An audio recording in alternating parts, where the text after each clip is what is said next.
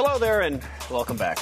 If you originally heard They Might Be Giants when their breakout hit Don't Let's Start began getting airplay on radio stations across the country, you might have come to the conclusion that this pop duo was destined to become a one-hit wonder. But John and John, as they are known, have several hits under their belt and have a knack for doing musically whatever they feel like. And so we sent Liam Makelem and his phony accent into the Giants' lair to find out what he could.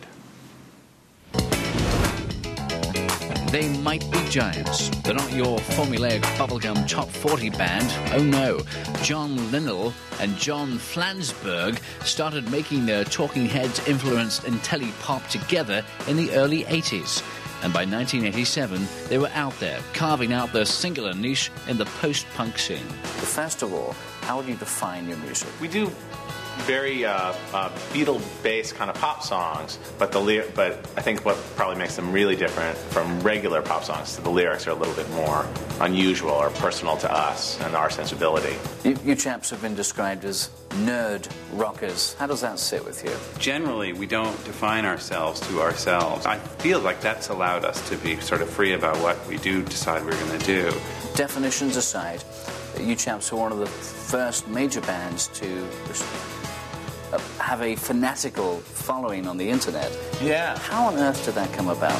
Well, I mean, as nerd rockers, we have a lot of fans in the sort of in the scientific community. A lot of people like sort of hooked into institutions and like college students and also people who are doing stuff with computers pretty early on. Their own site, tmbg.com, holds albums, videos, and outright wackiness that reflects the levity of the band. Odd little ditties like this fill the site.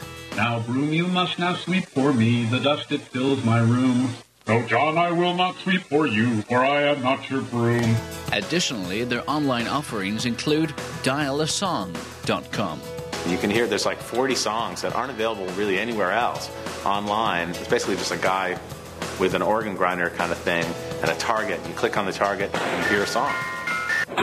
The sun is a mass of incandescent gas, a gigantic nuclear furnace. You chaps have a lot of hardcore fans who use the internet. You've actually built sites dedicated to you chaps. What do you think about the fan sites? What do you make of those? Well, I mean, there's a whole controversy right now about MP3. The way things work now, that you're not helping your own record sales by shutting down pirated MP3s. You have to know that your tracks are available with the aid of the Napster software. Right. So how do you sit with that? We've discovered that stealing is wrong. And they're doing something about it. On their playful and imaginative website, you can link to a place to buy MP3s of their music. emusic.com is pioneering this new approach to digital distribution. In the 1700s, we decided that intellectual property should be protected. The fact that this many people use Napster, that this many people really like downloadable music, shows that we're on the right path. We're able to provide people a legitimate Napster. Why is your model a good model for an artist to embrace? We're doing it in a way that compensates everybody. The artist is able to get 50% after costs of what we actually charge the customer. The fan themselves are able to get music much less expensively than they have in the past. You chaps have embraced the new way. Is it a way that's working? I think that it works to the extent that it's ultimately going to supplant the old way, but I don't think that the rules are going to change. How many times do you say chaps in that? 7. Currently, They Might Be Giants are finishing up a children's album called No. In addition to songs, the CD will be enhanced with animations and programs that you can use on your computer.